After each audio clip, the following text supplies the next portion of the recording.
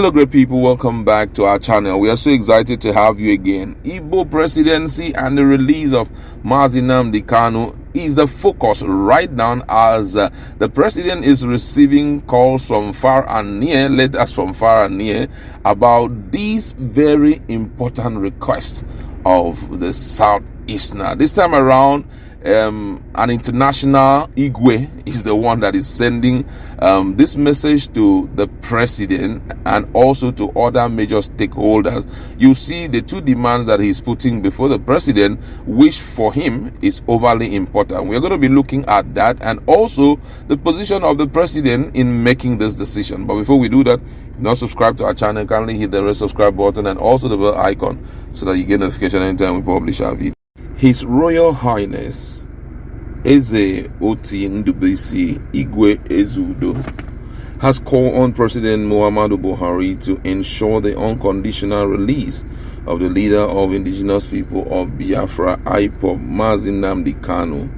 He added that the release of the IPOB leader and the emergence of an Igbo president would quench the fire of agitation within the Southeast region.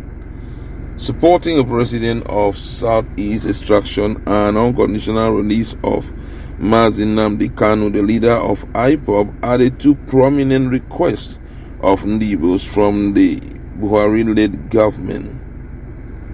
Disclosing this in a statement, the Nigerian Thailand-based king urged other tribes in the country to embrace the vision and aspiration of Ndigbo's and see themselves as one indivisible entity. In his word, he says the two things Igbos are asking Nigerians are presidency in 2023 and the unconditional release of Nnamdi Kanu. It is disheartening to note that 61 years after Nigeria's independence, one of the tribes that form the tripod of the country is yet to produce a sitting president. This to me is one of the reasons behind endless agitation in the Southeast geopolitical zone. Looking at it till date, Igbos are the only tribe yet to produce a democratically elected president of Nigeria. For the sake of peace and unity, I want to plead with Nigerians from other geopolitical zones to support the presidency of Igbo extraction. This will give the good people of Southeast a good sense of belonging, which will in turn put to rest some of the endless agitation within this zone. Now, based on what we've heard, it's very clear that reasonable number of people in the Southeast are now overly interested in the issue of Igbo presidency. When we're talking about, the demands that the Ndigbos are putting before President Muhammadu Buhari, I think those two are most paramount to them.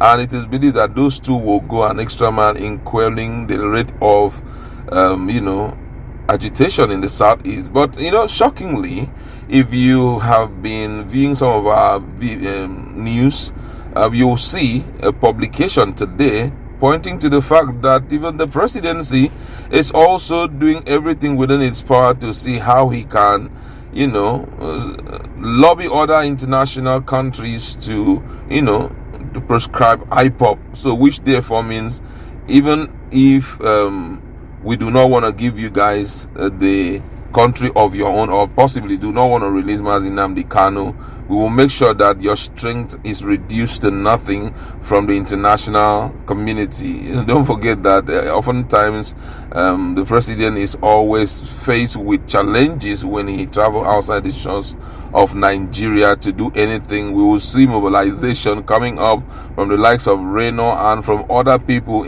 IPOB inclusive, And I think right now what is going on is that the president wants to see how he can, break the strength and their capacity in international community, such that whatever he, have in mind to do, he won't see much repercussion, from international community. But I feel that at this point, some of those statements made by, both monarchs and key stakeholders in the Southeast is not really selfish, but they're trying to see how they can secure peace for the Southeast, because currently, if there's any place that is overly tense in Nigeria, there are two places: the northern part of Nigeria and also the southern part, precisely southeastern state of southeastern state, the five southeastern state. They are really in a very serious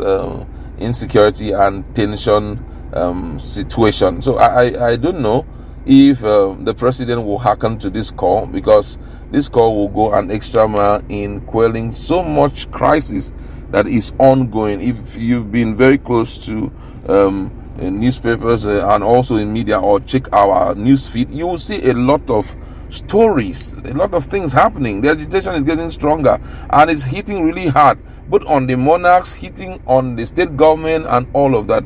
But if we really want to have a united Nigeria, then we have to see how we can quell this by sitting on a round table with these people and attending to their needs, give ears to their needs, and see how it can be resolved. I know when we are talking about presidency of Igbo extraction, it's not going to be something that you can convince people with words. They want to see you put up strategy on ground and sit in a round table with them and negotiate. But I think what the southeastern leaders are trying to do is to register that in the minds of the people that this upcoming presidential election, it is our turn, and all the parties need to accept this truth and align with us. I have heard of some of the interaction or letters that have been sent to the likes of Tinubu, who is one of the favorite when it comes to this 2023 election, and